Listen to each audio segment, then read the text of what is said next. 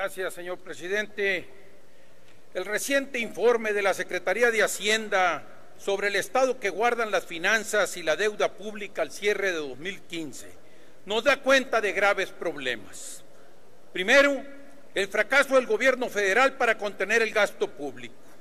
El informe indica que el gasto total del sector público resultó superior en 200,000 millones de pesos a lo presupuestado y aprobado por este Congreso de la Unión.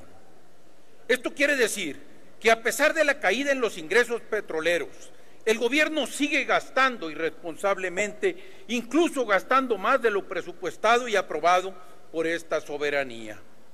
Esta realidad evidencia lo fallido del intento del presupuesto base cero que anunció el año pasado el secretario Videgaray, al tiempo que indica que no hubo un recorte efectivo en el gasto público como lo habría anunciado la propia Secretaría.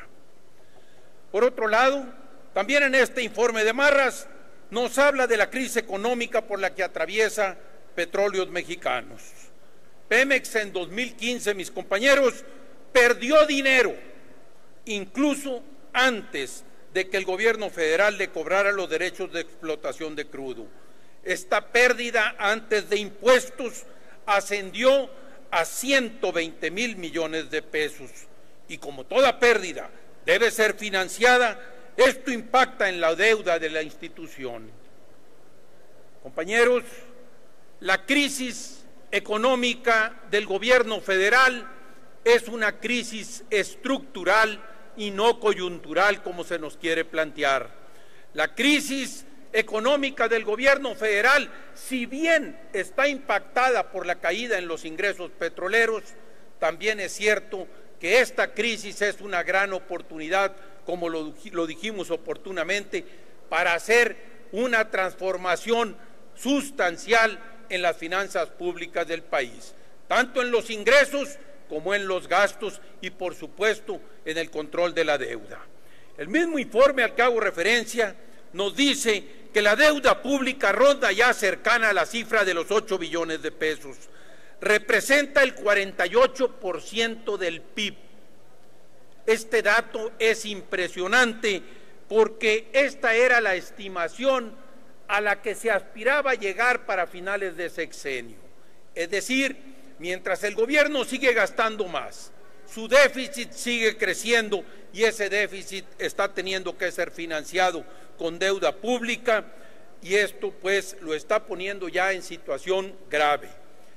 Los parámetros internacionales nos hablan de que la deuda no debe ser superior por ningún motivo al 60% del PIB y eso nos lo plantean para países desarrollados. México como país emergente tiene que ser obligadamente más conservador.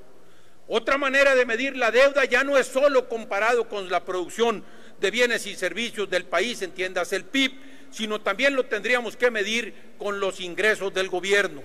Hoy la deuda del gobierno federal asciende cercano al 170% de sus ingresos. Es decir, la deuda en estos 3 años ha crecido en un 50%, una cantidad cercana a los 2.5 billones de pesos. Compañeros diputados, esto no es vacilada, no es queriendo lucrar tampoco con la crisis, sino es haciendo un llamado a tiempo para que atendamos como soberanía que nos corresponde en el sistema republicano mexicano, como poder legislativo. Somos el único órgano encargado de la aprobación y la fiscalización de presupuestos y por lo consecuencia también los que deberíamos de ser contrapeso en el sistema republicano y vigilantes del gasto del Poder Ejecutivo. Hago pues un llamado a todos nosotros porque faltan todavía 3 años. Ninguna de las crisis que se han denunciado en su momento en gobiernos estatales llegaron al grado de deuda de la noche a la mañana. Fueron creciendo paulatinamente. Faltan 3 años y esta soberanía tiene que tomar cartas en consecuencia. Hago pues un llamado a todos nosotros y ustedes a que consideremos seriamente este tema porque se considera que los próximos 2 años todavía seguirá habiendo una baja en los ingresos petroleros y por consecuencia tendremos que actuar en consecuencia con responsabilidad. Es cuanto, señor presidente. Gracias, diputado Cloutier.